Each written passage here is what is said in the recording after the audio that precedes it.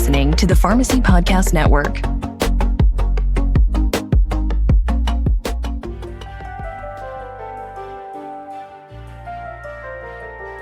Hey everyone, we are back for season 6 of the Holistic Pharmacy Podcast. I'm your host, Marina Buksov, a functional medicine pharmacist and holistic herbal educator. I'll be sharing inspiring stories of my guests who have shifted into holistic modalities, both personally and professionally. My co-host, Dr. Jenna Carmichael, will be joining me to lead the Journal Club episodes to share an evidence-based approach to holistic and herbal medicine. I'm so glad you're here and hope you enjoy the show. Season's greetings, everyone. The holiday season is upon us, and with it, the dawn of a new year. I can't think of a better episode to wrap up the 6th season of the Holistic Pharmacy Podcast than what you're about to hear. My guest has a bunch of treats for us in store, filled with juicy and relatable information, the most important being that healing is within. You heal you, no one else, period. If there is one thing I've learned on the holistic journey, it's this. We talk microbes, theories of disease, personal stories, and practical tips for anyone to implement immediately. Let's welcome Cheryl Paswater, a fellow herbalist and functional medicine coach.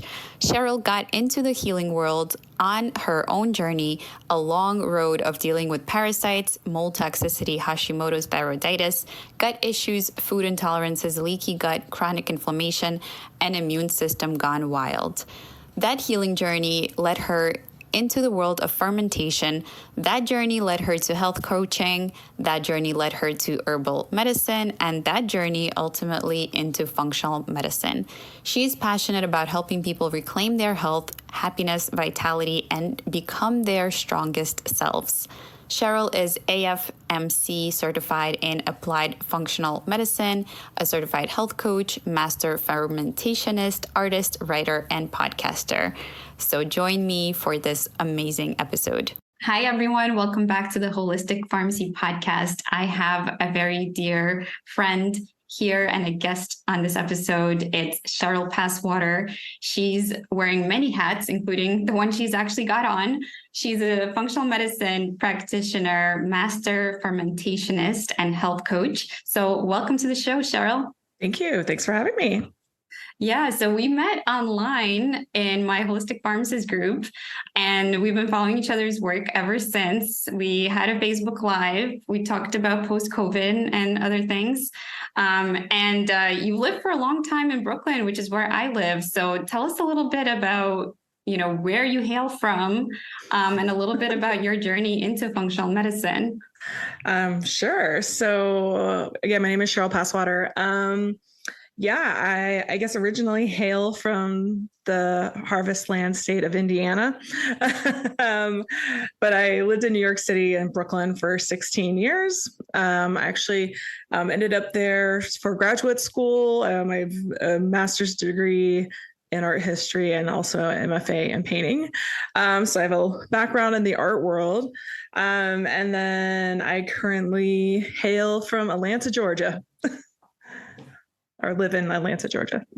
That's great. So how did your background influence the journey that you took into your profession and, changing your career paths or integrating different things into it along the way, like, growing up in Indiana, and what made you to move to New York City and eventually now reside in Atlanta? If you can maybe talk about that. Yeah, sure. So I moved to New York City originally to be an artist. I was already working in the art world. When I left undergrad, I was working as an artist, working in arts education as well. And then in my late 20s, decided to go to graduate school. So I ended up at the Pratt Institute and went through my dual master's degree programs, and I was working and TAing and interning, and that's a lot of stuff to do over a 3-year period, and just in general. And I had always had problems with colds, and I had shingles in my early 20s, lots of things that were kind of creeping up that were immune system maybe a little bit on fire. And I just, didn't know any better at the time. I didn't grow up in holistic medicine world. I, didn't really, know any better, do any other things. But when I left graduate school, it was like I walked across the stage of graduation and my body just gave out. And I had kind of constantly been sick, lots of ear infections and asthma and bronchitis and just so much respiratory distress. And I just kind of felt like I was always sick. But I left grad school, and about 6 months later, it was just like I was greenish gray, like Kermit the Frog. I just always felt like crap. I was having asthma attacks almost weekly at that point, going to the, emergency room, going to Bellevue, going to this, going to that, and I'd go to doctors and they'd be like, oh, well, you just need antibiotics. And the antibiotic, hamster wheel of just multiple rounds of antibiotics, or you need more steroids, we can, just not really getting anywhere. It just kind of felt like Band-Aids, and nobody was really doing anything for me. And I actually woke up in the middle of the night one night. It was the night before my 30th birthday, and I woke up and I was having an asthma attack, but I swear it was the universe. It was like a divine intervention. It was like, you're going to die if you don't do something drastic. So I actually ended up selling all my music gear. So I used to play in a bunch of bands. I walked down to a pawn shop. I sold all my music gear. I walked into a holistic practitioner, acupuncturist office who I had talked to like the week before. And I was just like, I don't know how I could ever afford this person. And I walked in, I put a water cache on her table, and I was like, I will do whatever you tell me to do. I'm going to die.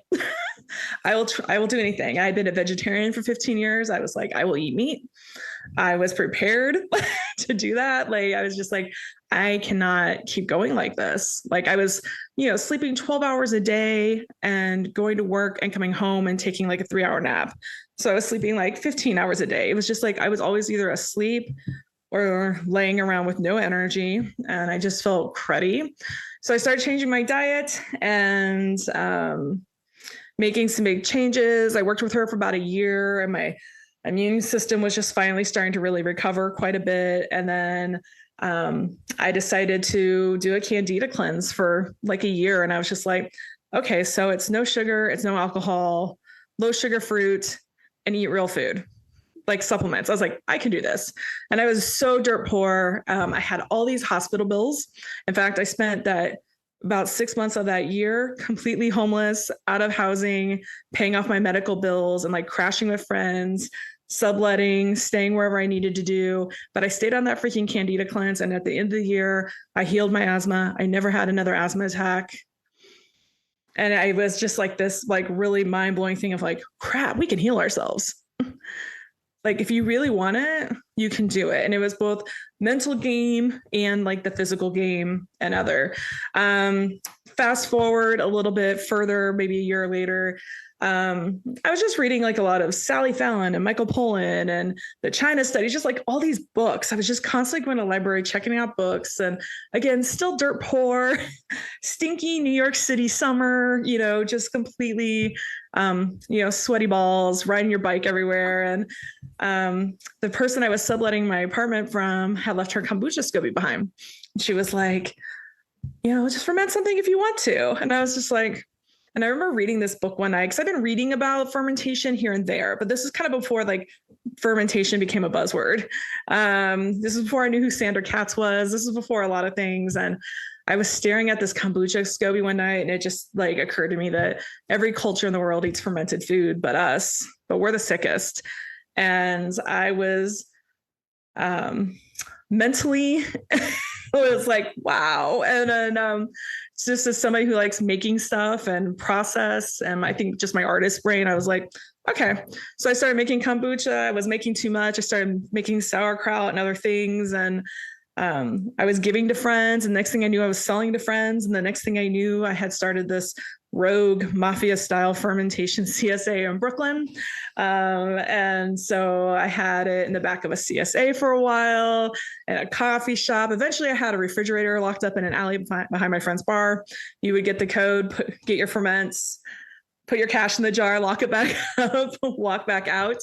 And I saved up enough money to go back to school to study fermentation, some herbalism, a little this, a little that, some health coaching stuff. And then Contraband Ferments was sort of born out of that whole thing. So, and I was still working on my own healing, at the time, and my own stuff, and feeling like, am I ever going to get to the root cause? Like, am I ever find like the real, why am I always like, and I was always this thing where I was like, I was so radically better, but I could never quite get over the edge. And later on, I found out mold toxicity and some other things have been a big part of my lifelong journey and, mission to reclaim my own immune system.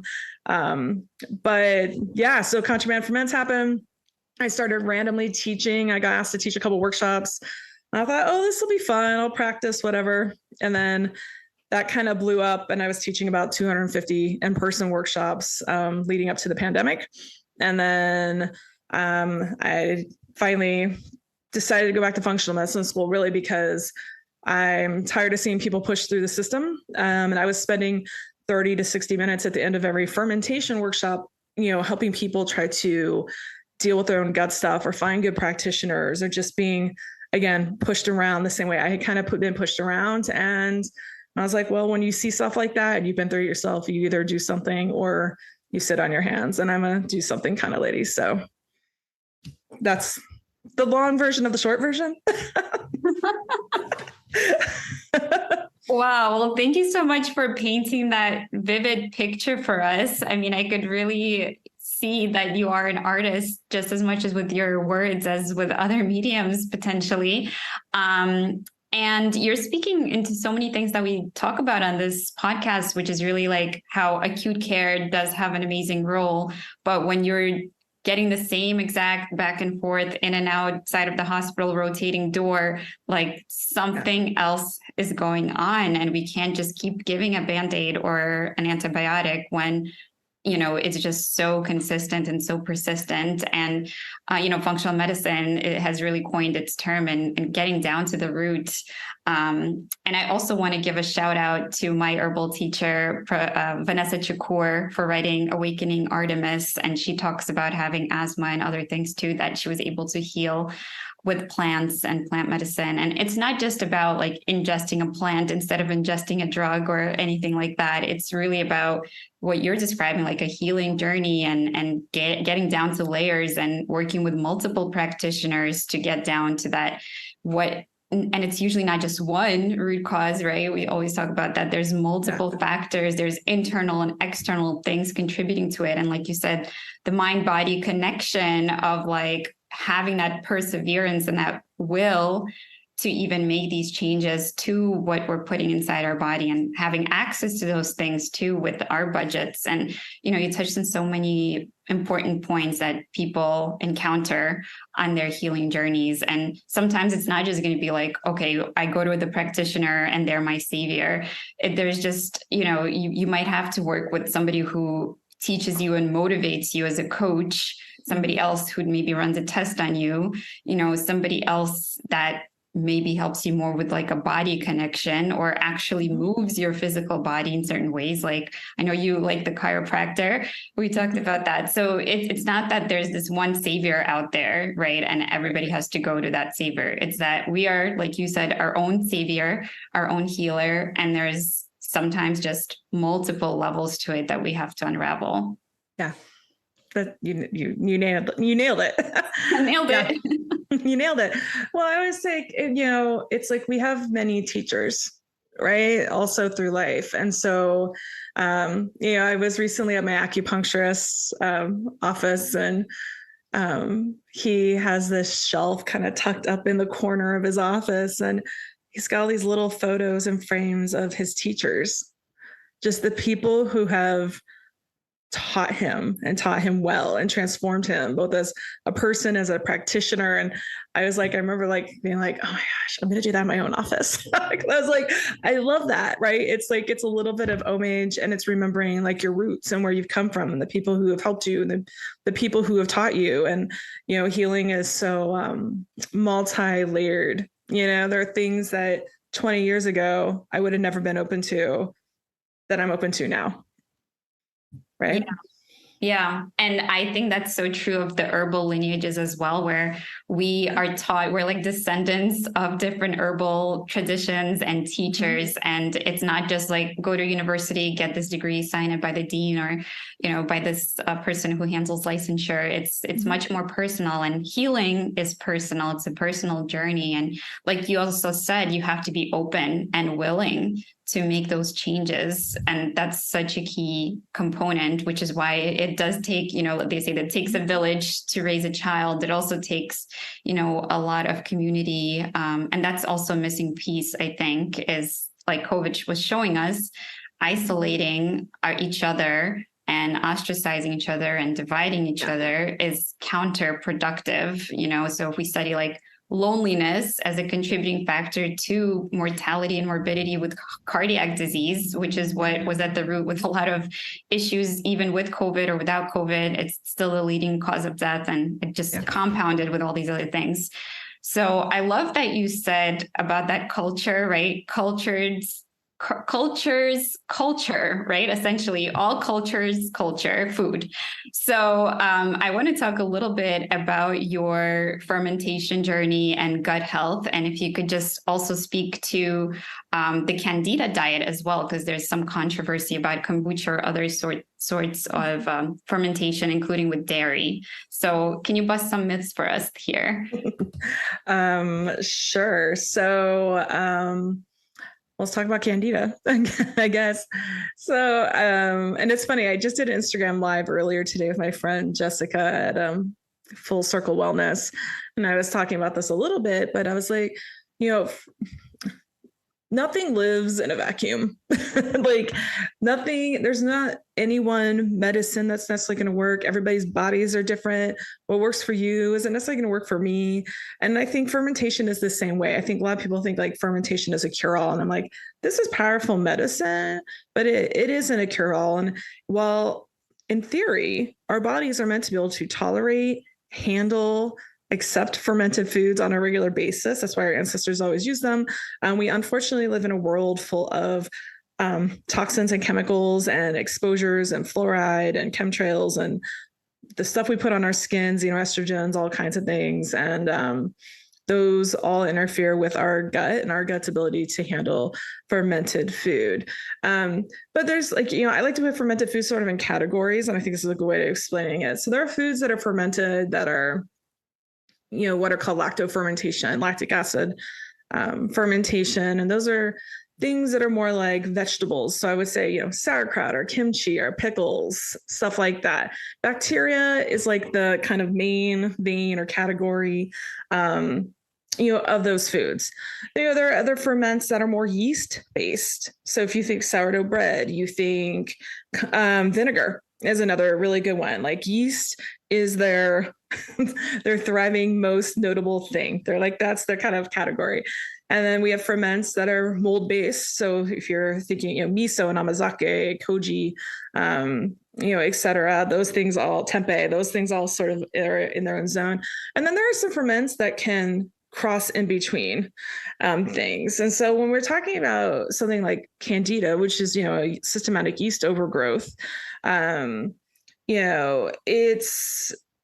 it's tricky because some people would say Candida, no fermented foods. Some people would say Candida, maybe only certain things. And, I tend to, depending on the level of Candida and depending on how well that person can clear histamine in general, sort of, shifts how I decide to guide somebody, I guess.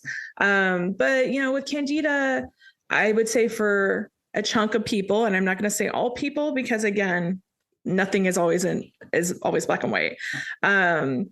A lot of times, like a little bit of fermented vegetables, a little bit of dairy, kefir can be really helpful for people while they're going through clearing that candida. A little bit of yogurt. But then there are some people, they can't handle it. Now, the case of kombucha, because kombucha likes to live in that bacteria Angie space, it is both. I don't usually recommend kombucha as actually a ferment for people who are dealing with candida. It's just not the best thing necessarily for their bodies. But also, we're not intended to be intaking so much fermented stuff. These big bottles of kombucha that they're selling, that's way more kombucha than what we should be drinking in any one sitting.